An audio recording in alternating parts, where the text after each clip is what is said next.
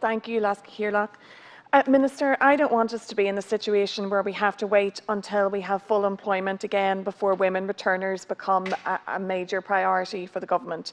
A lot of these women did the state a service by caring for their families and loved ones, and often because the supports that enable choice just weren't there. And I know because I did it myself. Workplace flexibility, a lack of accessible and affordable childcare, and the unpaid nature of care continue to be key factors. We have a real issue here of women dropping out of the workforce, first and foremost to undertake care duties, but we also have a similar problem in getting them back to work, even when their children are older, and even though women are more likely to have a third level qualification. So our participation, women's participation rate is 63.7%. That's not too far behind the EU average of 64.2%, but it does fall far below the competitive economies like Germany that has a rate of over 72% and more than 10% between men and women participation rates. And COVID has set us back again. We've been disproportionately hit. We're more likely to work in jobs more vulnerable to getting COVID, more likely to work in jobs more vulnerable to losing them because of COVID, more likely to own businesses impacted, more likely to have taken leave or to have worked longer hours juggling work, homeschooling and care duties. So women who pre-COVID spent more time in unpaid or domestic duties became the brunt bearers during COVID lockdown. But the role that the Department of Enterprise, Trade and Employment and Social Protection has played is phenomenal in getting people through the crisis with access to PUP, wage subsidies and grant schemes. But as we emerge from the crisis COVID into addressing the long-term effects of COVID on labour participation rates, are we going to do enough to address the female labour participation gap, not just for those who lost their jobs because of COVID or are still vulnerable to losing their jobs if the recession sticks, but those who previously took career breaks and may now be further down the pecking order when it comes to labour activation policies. So I welcome you making a statement on this today, and I know that there is work ongoing, like with the springboard opportunities that continue, over 10,000 places on nearly 300 courses for unemployed, self-employed or returners to work. ICT graduate conversion courses are on offer, and upskilling and reskilling in important new areas like cybersecurity, but also in climate and sustainability. In 2019, Minister for then Social Protection Regina Doherty announced a new returnship programme, and in the programme for government it is acknowledged that there is a commitment to returnships through new education, training and personal development programmes, and this is particularly important to Minister Harris's department as part of her STEM skills programme. But there does seem to be disadvantages for women that haven't worked for over 2 years, that weren't claiming social welfare in that time, and they can't access community schemes that might suit them. And one woman from Donegal got in touch with me to say that she experienced that herself, and then she completed a 2-year VTech Level 5 in childcare in 2019. She got a distinction in all of the modules except one, which was a merit, and it was a massive achievement for her, having been out of work looking after her own kids. And there were lots of opportunities then to apply for part-time roles, which would have been ideal, but she said she couldn't because she wasn't eligible for schemes. And you might have some advice for her. But what people want in my community, in community organisations that benefit from community schemes, is access to women like her. And she wants access to them as well. The hours suit, the locations suit, and the situation suit. So just an update on how this will factor into the pathways to work 2021 to 2024 would be really good. Thank you, Minister. Thank you, Senator. Minister and I'm responding to this question on behalf of the Minister for Social Protection. The Department of Social Protection, through and through services, provide a range of employment supports to assist individuals, including women, returning to work, and supports to gain sustaining employment. Intro's team of case officers and job coaches across the country provide one-to-one career advice, service and tailored employment supports for all job seekers, including those who wish to return to work.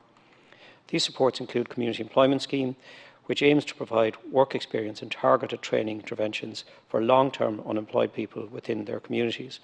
The programme is designed to help break the cycle of unemployment and improve a person's chances of returning to the labour market. Community employment is open to women who want to return to work after a break, provided that they meet the standard eligibility criteria. In order to qualify, a number of conditions, including being in receipt of a qualifying social welfare payment for a specific period, must be met. In addition to supports currently provided by Intro, Government supporting a range of further initiatives and measures to assist people in their journey back to employment under the Economic Recovery Plan and forthcoming Pathways to Work 21 to 25 strategy. As set out under the programme's Economic Recovery Plan, which was launched on June 1, 2021, a central focus of the recovery process will be on supporting people back into employment with an overall ambition of exceeding pre-crisis employment levels by reaching 2.5 million people in work by the end of 2024. And it is important, as the Senator outlined, that there's quality employment and pay equality. Central to achieving this ambition will be the forthcoming National Employment Services Strategy, Pathways to Work 2021 to 25.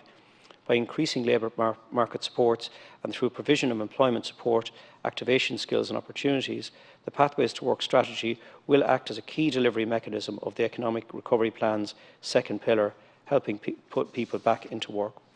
Pathways to Work will outline how the public employment services will work with people through its existing and expanded capacity to deliver job support services in post-COVID labour market. Measures under this new strategy will include provision of an additional 50,000 education and training places and a new work placement experience programme. This new programme will be open to all job seekers, including women who are out of work for at least 6 months. I think that might offer some support to that case that you outlined there as well, Senator. As part of the work of its work for those seeking to return to the workforce, Intro hosted the first Career Pathways for Returners event in Trinity College in Dublin in March of 2020. The event provided job seekers with information on work placements, opportunities to upskill or retrain, and offered them the opportunity to take the next step in their careers. The event included testimonials of people who had relaunched their careers and supports that assisted them on their journey. Attendees also had an opportunity to meet and speak with employers, some of whom had dedicated returner initiatives. The Department of Social Protection planned to build on these kinds of initiatives under the Pathways to Work strategy, which the Minister for Social Protection hopes to launch alongside the new Work Placement Experience Programme later this month. So I think these are worthwhile initiatives, Senator, and certainly it is the case post-COVID. Many people, and many women in particular, are really thinking of a whole new direction in their lives and in their career, and we want to try and provide the opportunities for them to be able to do that. I think the gender pay cap bill that was introduced by Minister O'Gorman again is another supporting mechanism, as the work that's been done around community development by my colleague Minister Joe O'Brien and CDP projects that could offer an opportunity for women like those who have a really valuable skill and a valuable set of skills to offer a community to find an opportunity towards work. Thank you, Minister. Senator, you've got 1 minute. Thank you, Minister, for that positive response. It's good to know that returners are firmly on the agenda. I think, you know, it's very difficult whenever you're facing going back to work, and then if the odds are stacked against you, or if there are unnecessary barriers, it just makes it harder. And I think we are definitely moving in the right direction, and as part of this, we have to ensure that the pathways cover the spectrum of situations and scenarios, skills and experience that people want. I think what appeals at the moment about the community access to community schemes is that they are in their community. They could work, for instance, in the community centre that has the child, that has the creche, and it feels familiar. And I think we've got to think like that. We've got to put ourselves in those people's shoes about what it's like to return and deliver opportunities for everyone. Thank you. Thank you, Minister. Again, I agree wholeheartedly, Senator. I think certainly I know from experience many women who've started off in community employment schemes in FRCs or in community development projects have found they were able to move on through additional training or education and return to education towards really fantastic careers and really offer something back, really valuable back to their communities. So I think it's vitally important that through the Pathways to Work strategy that we offer those supports for women in particular, I think, to ensure that they have a viable path and a viable way forward. I think the childcare issue is critical as well, and that's something that Minister O'Gorman is keen to ensure that there are a set of reforms in place to support the childcare sector to be able to provide a wide range of services for women who wish to return to full-time employment or part-time employment, or a flexible arrangement that they can balance their work and work life in a way that manages their families and provides that opportunity that they wish to give back to their communities. I think you made your point extremely well, and I hope that these initiatives combined will provide that level of support.